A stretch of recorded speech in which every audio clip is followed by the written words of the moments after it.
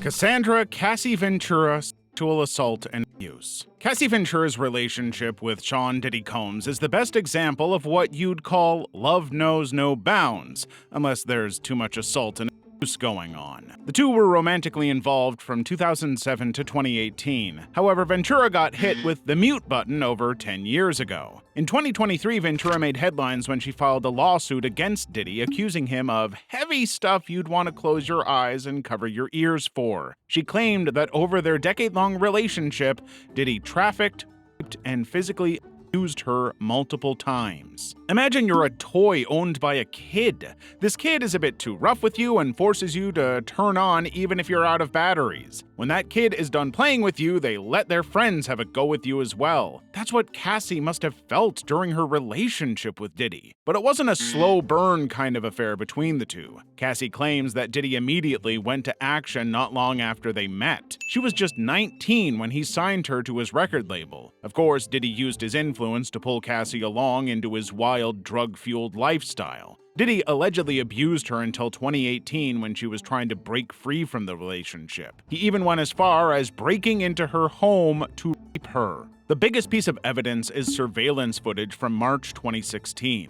This video shows Combs chasing Cassie through a hotel hallway, punching and kicking her. He took it to another level, throwing an object at her as if it were a not-so-friendly game of dodgeball. After the video leaked in May 2023, Diddy released a public apology admitting his behavior in the video was inexcusable and taking full responsibility for that incident, but he never admitted to any of the bigger allegations.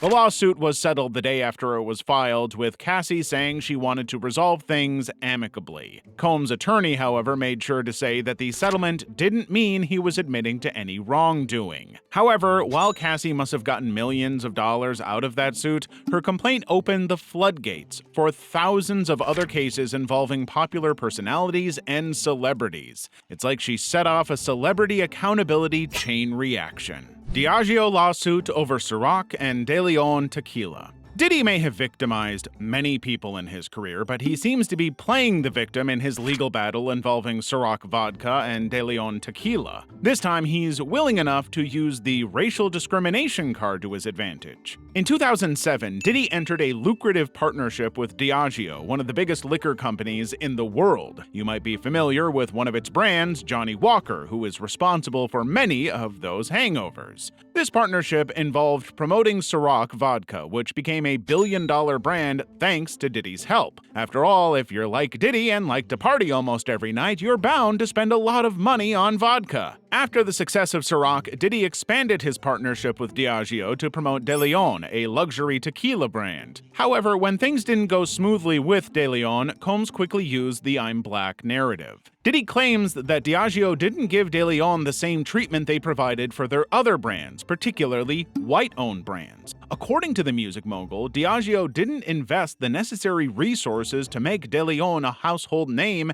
as they had with other high-end tequilas. He also accused them of limiting the distribution of De Leon in predominantly black and urban communities, claiming that their marketing decisions were motivated by racial bias. In simple terms, Diddy feels Diageo was giving his brands the cold shoulder because of who he is and his target market. His relationship with this liquor company is basically on the rocks. Diageo, on the other hand, denies all these allegations. They argue that they've supported Diddy and his brands for years and have never used the rapper's race to affect their decisions. But instead of things cooling down, the liquor company cut ties completely, leaving this business relationship fizzled out like a beer can in the open. Rodney Little Rod Jones' sexual assault. As the saying goes, ain't no party like a Diddy party. The problem is that none of us actually knew what that meant until the issues about Diddy's wild parties surfaced. That's one of the things that Rodney Little Rod Jones claimed in his lawsuit against Sean Combs. In his suit, Jones claims he was harassed, drugged, and threatened while working for Diddy between September 2022 and November 2023. He alleges that Combs directed his minions to make unwanted advances toward him and force him into inappropriate encounters with sex workers hired by the famous rapper. It's almost like Diddy was running an adult version of Survivor, except instead of outwit, outplay, outlast, it was outdrug, outharass, and hope to survive the night. But the biggest revelation in this suit is about Diddy's sex trafficking parties involving underage women and drugs. Jones alleges that the big bosses in the music industry knew about these events, but simply turned a blind eye because they knew they could use Diddy's wild parties to access big-name celebrities. When it comes to Diddy's parties, the motto is, what happens in the VIP room stays in the VIP room.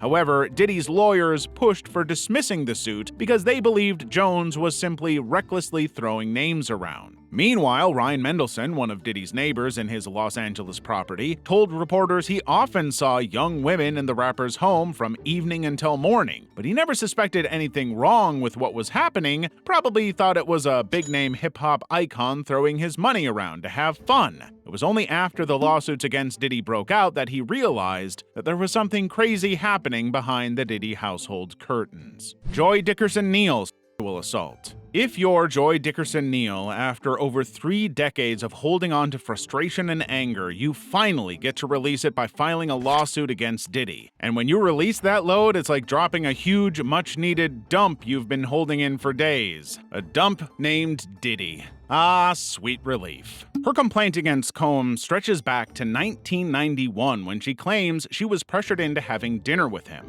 According to her, things took a dark turn when she was drugged during dinner, unable to stand or walk. The worst part was that Diddy was allegedly filming the assault like he was shooting his next big music video, except this one was neither chart-topping nor legal. He even shared it with his friends in what was probably the world's creepiest premiere. Following the incident, Dickerson Neil reported it to the police in both New York and New Jersey. However, she claims those around her were too afraid to back her up, worried about potential retaliation from Diddy, whose reputation didn't make him the guy you'd want to cross. They were allegedly afraid of losing future business or music opportunities if they stood by her because crossing Diddy wasn't exactly the key to unlocking the Billboard charts. However, Dickerson Neil found the courage to step forward, inspired by women like Cassie Ventura, who filed their lawsuits against Diddy publicly. Bad Boy royalties dispute. Imagine you're baking a pie with a master baker and a few other people, but when it's time to eat, the master baker gets 99% of the pie while you and the other guys who helped only get the crust.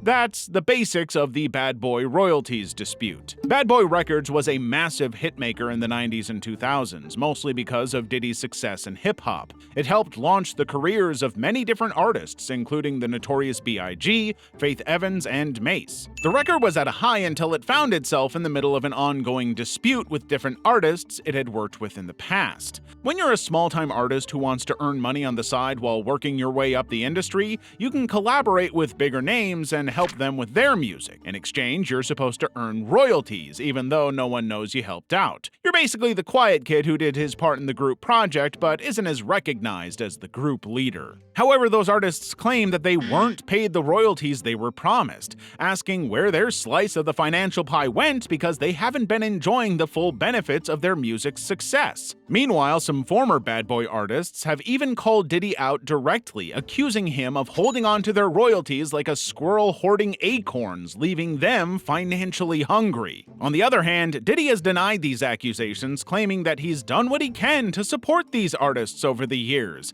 He even announced recently that he would be giving back publishing rights to several of the label's artists, a move that you might think is an obvious attempt to smooth things over. It's basically a story where the artists did all the work while Diddy just sat back sipping iced lattes and kept the cash flowing right into his own piggy bank. April Lampros sexual assault. Love bombing takes a different route when it comes to Diddy. That's because gifts and affection for him come with a side of sexual assault and aggressiveness. That's what April Lampros said in her lawsuit against the rapper. According to her complaint, Lampros met Diddy in 1994 when she was an intern at Arista Records, the parent company of Bad Boy Entertainment. They went out to get a few drinks at a bar in New York when Diddy pressured Lampros to drink more than she could take. When she couldn't even walk a straight line anymore, that was when Diddy sprung into action. Lampros claims Combs took her to a hotel where he raped her despite her trying to fight back. But after that, the encounters with the rapper didn't stop. For years, Diddy remained in contact with her, showering her with affection and gifts with a side of coercion, aggressiveness, and sex. That probably isn't your idea of a romantic relationship. In 1996, Diddy even forced Lampros and Kim Porter, his girlfriend at the time, to take ecstasy and do naughty things while Diddy watched as a spectator in what was an early version of Pornhub before the website even launched. Lampros couldn't get out of this toxic arrangement because Diddy threatened to ruin her career if she refused to comply with his demands. But the worst part is that she discovered in 2023 that the rapper had recorded their sexual encounters and had passed them on to others. Now at this point, you already know that starring in a video produced and directed by Diddy is one of the worst things that could happen to you. Lawsuit over Sha John unauthorized endorsements. You've probably noticed by now that even Diddy lawsuits paint him as the bad guy, the villain of the legal story. But he probably has a point in his lawsuit against people using his name and likeness. During the height of his popularity in the 90s, Diddy founded the fashion brand Sha John. He eventually sold most of his stake in the company, even though the brand still carries his name and image. Now, fast forward to 2021. The company currently owning Sha John was accused of using Diddy's likeness and image for advertising without his permission.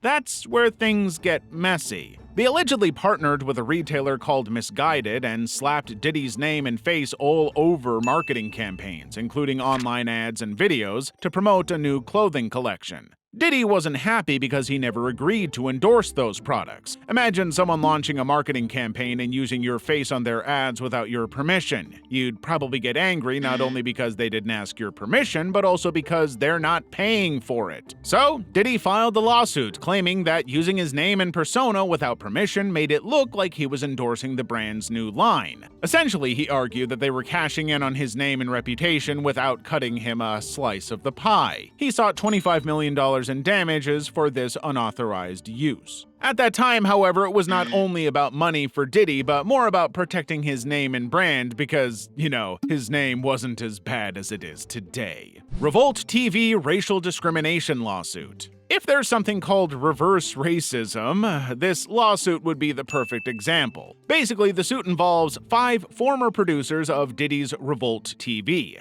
These guys worked on the show The Breakfast Club. However, because they are white, they claim that Diddy fired them because of their race, kind of like Combs telling them to eat their own racist medicine. According to the lawsuit, the ex-producers allege they were treated differently than their black colleagues. They said that the environment at Revolt TV became increasingly hostile towards them after new leadership took over. The producers claimed they were unfairly criticized for their work, faced harsher treatment, and were ultimately fired. At the same time, black employees with similar performance issues were allowed to stay on. On top of that, the lawsuit claimed that the employees were called old white men and were blamed for not being young and fresh enough to appeal to the channel's audience. Revolt TV, which Diddy founded in 2013, is a network that emphasizes hip-hop culture and has a largely black viewership, which may have played into these allegations of discrimination. It seems the ex-producers were seen as more of a classic rock vibe than the hip-hop hits they aimed for. Diddy and Revolt TV, on the other hand, strongly denied these claims. They said the producers were let go because of performance issues, not race. In fact, Revolt TV pushed back by pointing out that its goal has always been to promote diversity and that its workforce was as diverse as a crayon box. After all, there's no use for a crayon box with only white or black colors. In this case, however, it looked like Diddy thought white producers were as useless as white crayons. Cindy Ruida sexual harassment.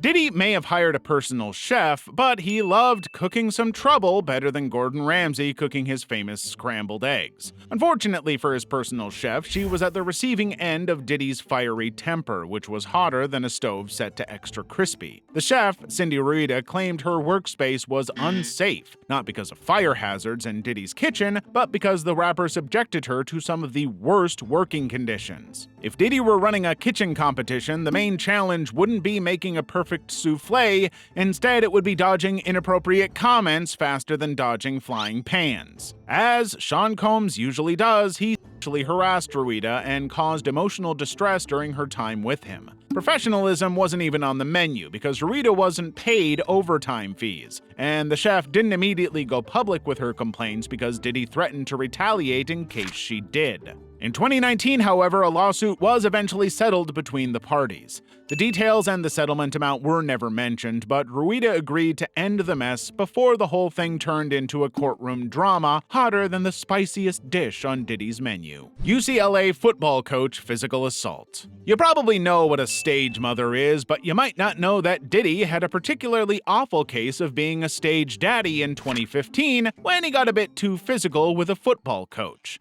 His son used to play defensive back for the UCLA Bruins football team. Diddy was present during one of the training sessions when Sal Alosi, the strength and conditioning coach for the team at that time, gave Combs' son some tough love. Like any spoiled kid born with a silver spoon in his mouth, Diddy's son probably didn't like how the coach was talking to him. But Alosi allegedly told the younger Combs that he doesn't care whether or not his daddy is there. That was when Diddy's fatherly side came out in the worst way. He allegedly assaulted Alosi by throwing a kettlebell at him. Now, if you've ever tried lifting a kettlebell, even the lightest ones, you know that getting hit by one isn't like getting hit by a dodgeball. It's more like getting blasted with a cannonball that could shatter your bones. Initially, Combs faced serious charges, with the police hitting him with assault with a deadly weapon. However, it seems like the legal system did a little shuffle. After reviewing the case, the Los Angeles County District Attorney's Office decided not to press charges against him. They passed the case over to the City Attorney's Office like a game of legal hot potato, hinting that misdemeanor charges might be more their style. But even then, they mentioned it was unlikely that any charges would actually stick to Combs. So, with no case filed against Diddy, people were left wondering whether or not this was a serious case of celebrity privilege. After all, if that had been a regular person throwing a kettlebell at someone, they'd probably need to pack their bags for a one-way trip to prison.